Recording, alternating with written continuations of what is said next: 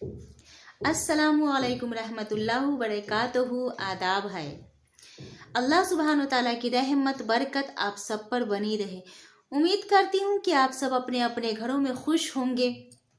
आज मैं फिर आई हूँ राम मंदिर को लेकर के, राम मंदिर के बारे में बातें करने के लिए, क्योंकि ये हमारे देश भारत में चर्चा का विषय बना हुआ है। इसीलिए बाबरी मस्जिद की जगह पर राम मंदिर बनाया गया, उसी के बारे में कुछ बातें करते हैं।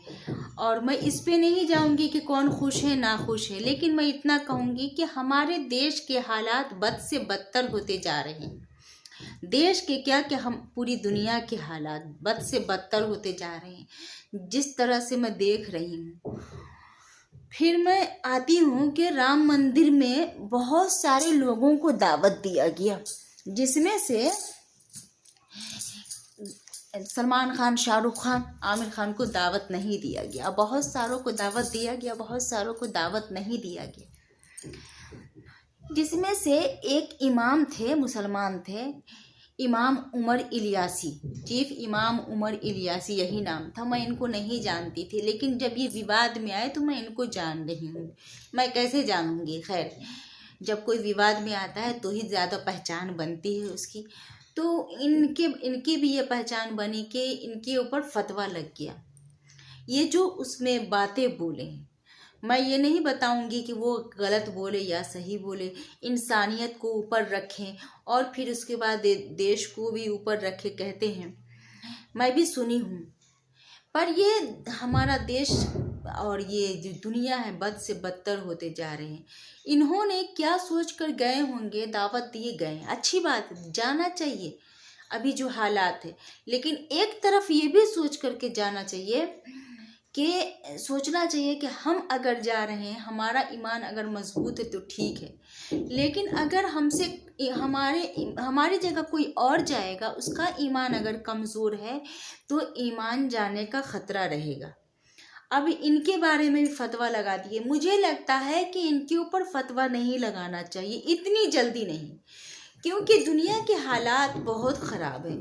फतवा आज के वक्त में मैं ये नहीं कहूँगी कि हाँ फतवा लगाना चाहिए, लेकिन नहीं लगाना चाहिए। आज के वक्त में किसी के ऊपर आप अगर फतवा लगा रहे हैं तो मुझे ऐसा लगता है कि आप दरवाज़ा बंद कर रहे हैं। तो आप में से कोई भी उल्मा हो, फतवा न लगाए, बल्कि उनको समझाएं, उनको बोले कि यहाँ पर आप वहाँ गए थे, अकेले में आप उनको दावत दे, घर पे अपने बुलाएं और बोलें कि ये आपसे गलती हो गई है, आप अपनी गलती को सुधारें। आप उनका दरवाज़ा ना बंद करें, क्योंकि दुनिया के हालात बहुत ख़राब हो चुके हैं। आज मैं पक्की और सच्ची बात ये बोल रही हूँ कि कोई किसी की इबादत नहीं कर रहा है, कोई मूर्ति की इबादत नहीं कर रहा है। जो मैं देख रही हूँ, जो मुझे नज़र आ रहा है, आप खुद देखोगे, कोई किसी की नहीं इबादत कर रहा है। जो इबादत कर रहा है ज़्यादातर, अगर कोई मुसलमान इबादत कर रहा है पक्का है तो उसको कट्टर कहते, तो वो अल्लाह की इबादत कर रहा है, वरना सब एक अपने से ऊंचे इंसान की ही लोग इबादत कर रहा है। मैं आज बता रही हूँ, मेरी ये बातें सबको बहुत बुरी लगेगी। राम के नाम को सब धो रहे हैं। राम के नाम पर लोग अपने से ऊपर के लोगों की लोग इबादत कर रहे हैं। राम को की इबादत तो चुनिंदा लोग कर रहे हैं, बहुत कम लोग हैं जो समझे कि बहुत आस्था वाले होंगे तो वो राम की इबादत कर रहे हैं, वो राम मंदिर में जाएं या ना जाएं।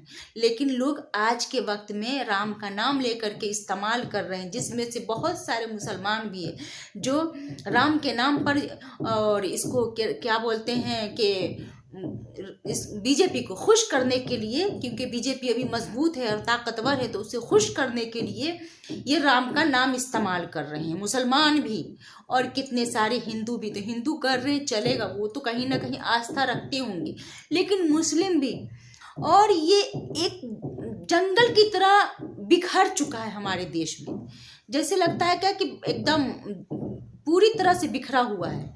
और मुझे इसको लफ्ज़ों में बयान नहीं करने आ रहा है। इस तरह से मैं इसे नहीं कहूँगी, बीजेपी वाले को या योगी को मैं गलत नहीं कहूँगी, जो वो सामने से हथौड़ा मार रहा है, सामने से तलवार मार रहा है, सामने से गोली मार रहा है, बीजेपी वाला पीठ पीछे नहीं कर रहा है।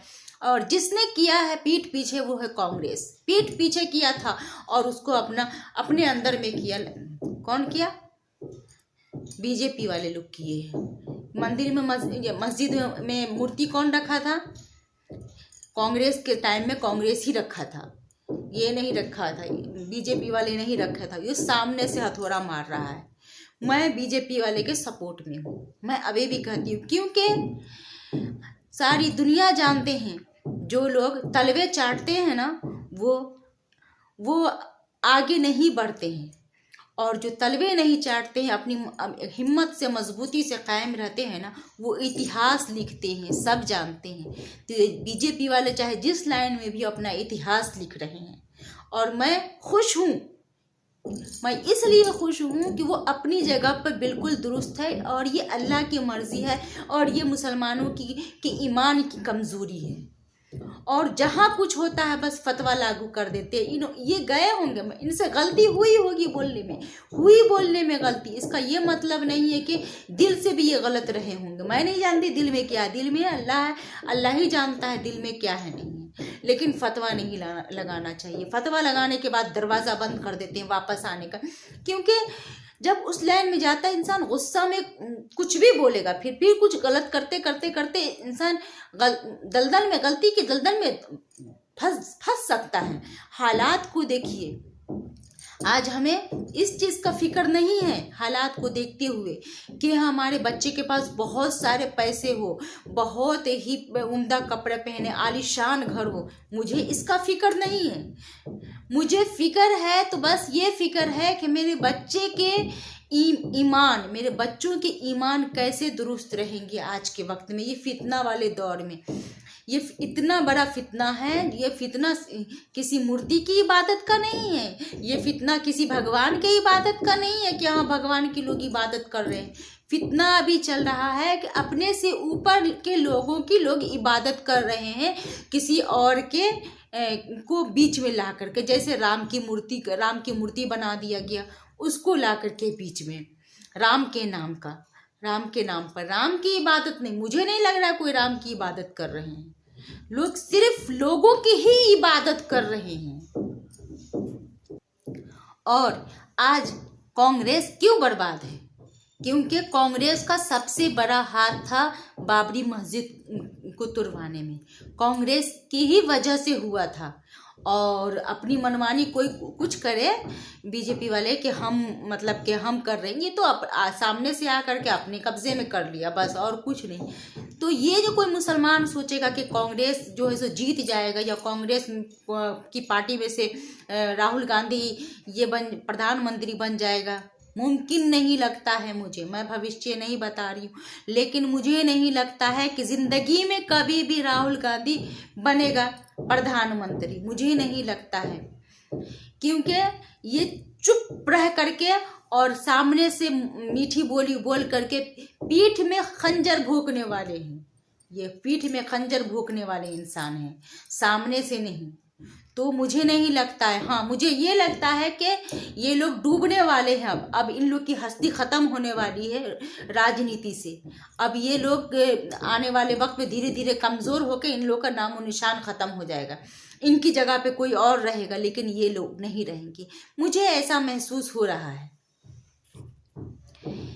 इतने मुसलमान, सारे मुसलमान मिल करके राहुल गांधी को चाहते हैं किसी तरह से प्रधानमंत्री बन जाए। ऐसा लगता है कि राहुल गांधी सबका मसीहा है। इस तरह से पूरी शिद्दत से कोशिश करते हैं, हर साल कोशिश करते हैं, लेकिन नहीं जीतते हैं। क्यों नहीं जीतते हैं? आप सब जानते हैं क्यों नहीं जीतते हैं पूरी कोशिश करने के बाद। इसलिए कि अल्लाह नहीं चाह रहा है।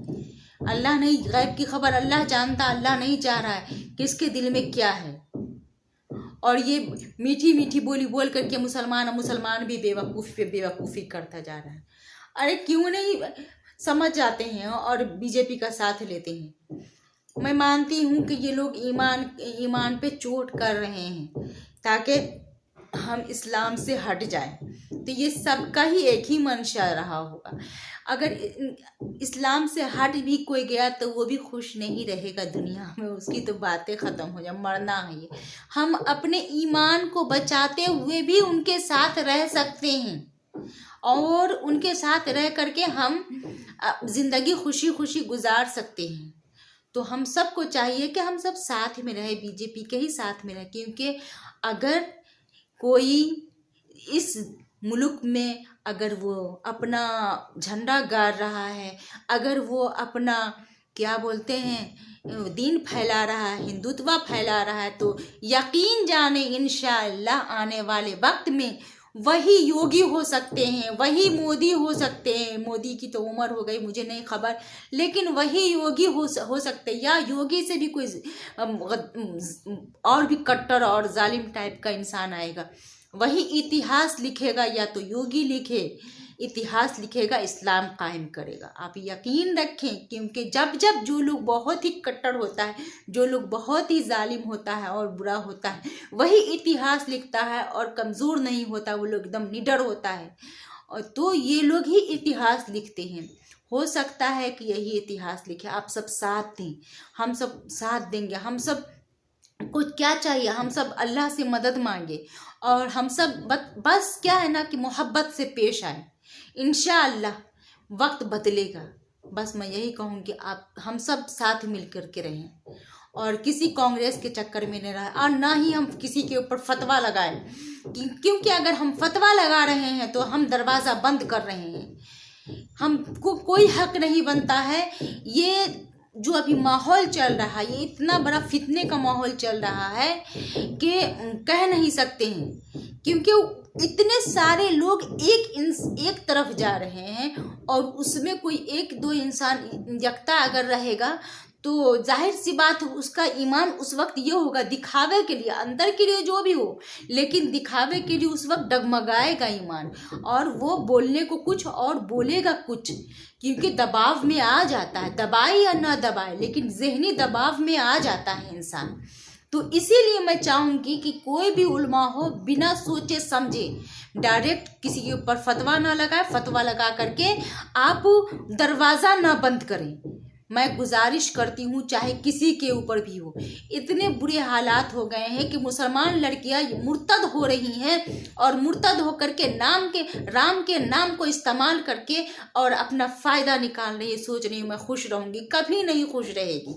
मुझे अफसोस है उन औरतों पर, उन लड़कियों पर जो दीन के बारे में मालूम है, कुरान के बारे में मालूम है, फिर भी उनमें से गलती कुछ ऐसी चीज़ें निकालती है और दुनिया वालों को जाहिर करती है कि ये चीज़ लिखा है, और पूरी हकीकत नहीं निकालती, और ये नहीं पता है कि ये कुरान में किस वक्त और क्यों नाजिल हुआ।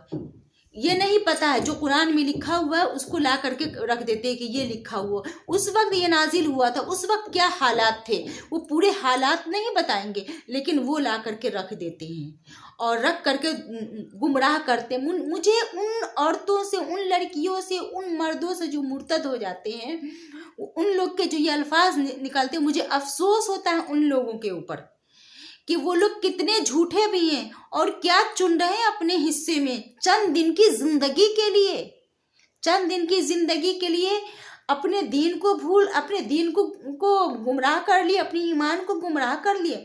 मैं हिंदू के बारे में बात नहीं करूंगी, वो अपनी जगह पे बिल्कुल दुरुस्त है, क्योंकि वो पैदा हुए हैं उस जगह से, और उस जगह से निकलना मुश्किल है। जब मुसलमान का ईमान खराब हो रहा है तो मुश्किल है, लेकिन निकलेंगे वही लोग। जो लोग तलवे चाटते हैं वो कभी नहीं निकलेंगे। जो तलवे नहीं चाटते हैं, जो डट के खड़े होते हैं और मुकाबला करते हैं, जो जालिम टाइप के हैं, बहुत मजबूत है और डरते नहीं, निडर है एकदम, वही लोग देख लेंगे, इतिहास लिखेंगे।